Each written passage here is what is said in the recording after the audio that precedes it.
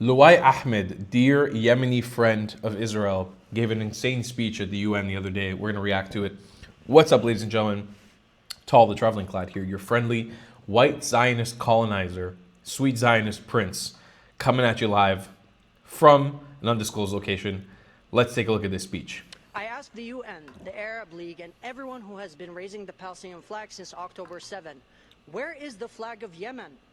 In my country, 500,000 people have died in the last 10 years. The biggest famine and humanitarian crisis in modern history. Why does no one care when 500,000 Yemenis die? What about Sudan? In less than 2 years, more than 150,000 people have been killed. Not to mention, since the beginning of 2024, just since the beginning of 2024, 50,000. Where is the flag of Sudan? What about Syria? 500,000 Syrians have been killed. Where is the Syrian flag? High Commissioner, why is it that when Arabs kill millions of Arabs, no one bats an eye? Where is the outrage and where are the protests? Why don't you mention the Houthis in Yemen who have spent millions of dollars firing missiles at Israel instead of feeding my starving people? May I ask why your report mentions Israel 188 times, yet fails to mention the Islamic regime in Iran even once?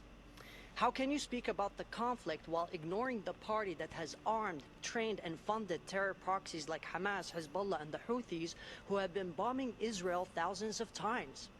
And why is Qatar sitting here as a member of the Human Rights Council when they host the Hamas terror leaders in luxury hotels? Silence, incompetence, idiocy is what you get.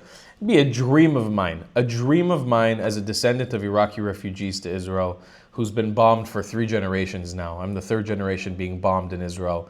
To have a speech, to have access to give a speech like this one day. Actually, this is something in my career to work towards. I really would love to make something like this happen. And to see somebody like Luai and a friend as well, Rowan Osman of the channel, Arabs who have stepped up to the plate to speak for Israel, to speak about Israel, actually giving these speeches, because I believe in the same event that Luai gave, Rowan Osman also gave a speech to the UN. It inspires me to feel like maybe one day I can attain that position, to be able to give this type of speech at the UN. Even though I don't think it'll ever happen, because for some reason Jews are just not allowed to speak at events like this, or Jews of my heritage are never allowed to speak at the table.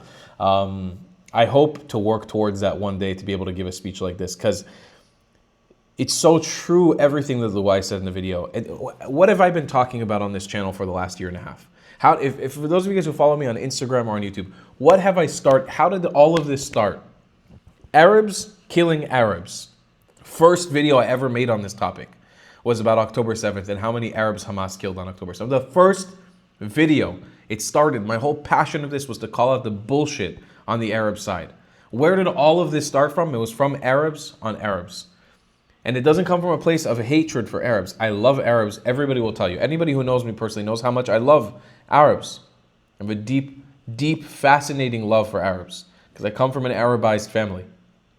A deep, fascinating love for Islam and for the Muslim people. I'm the furthest thing you could call a bigot. Furthest thing from it. But with love comes the toughness of tough love of wanting to see these people be better. I don't hold them to the racism of low expectations the way that the Western white liberals do, where they just see us all as brown people and they think the lowest of us because they're racist. No. I hold them to the highest degree. I expect the most from them. I won't allow Arabs to exist in the world with me just acting like pieces of shit, the way that generally Arabs do today in the world. I won't allow Islam to keep manifesting into this terrible ideology. I refuse, and I want to do it with love. Some compassion, but mostly with hard love. With tough love. I expect the most out of Arabs because I know what they're capable of. I've seen it in Israel. I've seen people like Luai Ahmed. I've seen people like Rowan Osman. I've seen many Arabs this year that have stepped up to the plate. I expect the most out of them. And so that means when you guys are killing yourselves in the millions every year, and the only genocide that's somehow happening is the one happening in Palestine, when more babies were born this year than people were killed, I call bullshit. And I'm proud that Luai does as well. And you can see the silence in this room from all these leaders. The confused looks like, oh, yeah, they called us out. the uncomfortableness, the eyebrow raising, the pivoting, the looking to the side. Our world leaders have failed us. The international community has failed us. The ICC, the Human Rights Council, the courts, all of them have failed us as a global community. It's time, I said this to an Egyptian friend the other day, it's time for us to rise up.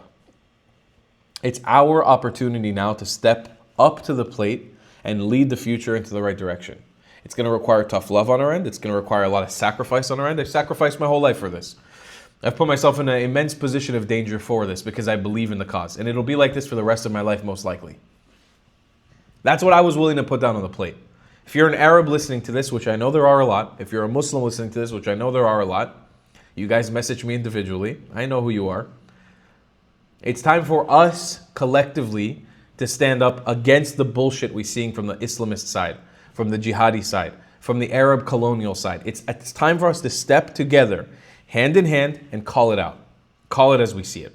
That's my true beliefs. Thanks to Luai Ahmed for being an amazing friend of Israel, an incredible advocate for the Middle East. See you guys in the next one. I love you long time. Goodbye, Clyde. If you believe in my content and want to support me, just know your help is needed. There's a bunch of great ways to support me, being PayPal, Buy Me a Coffee, or joining my Patreon community down below. Patreon is the best way to support my channel, and you'll get a bunch of cool perks depending on what tier you join. Another great way to support me is by buying my merchandise on thetravelingclat.com. I regularly drop new merch designs like this beautiful hat, or this amazing shirt, where you can support the channel and get something cool for yourself. I also have an amazing Discord community with people from all over the world. Thank you so much for your support.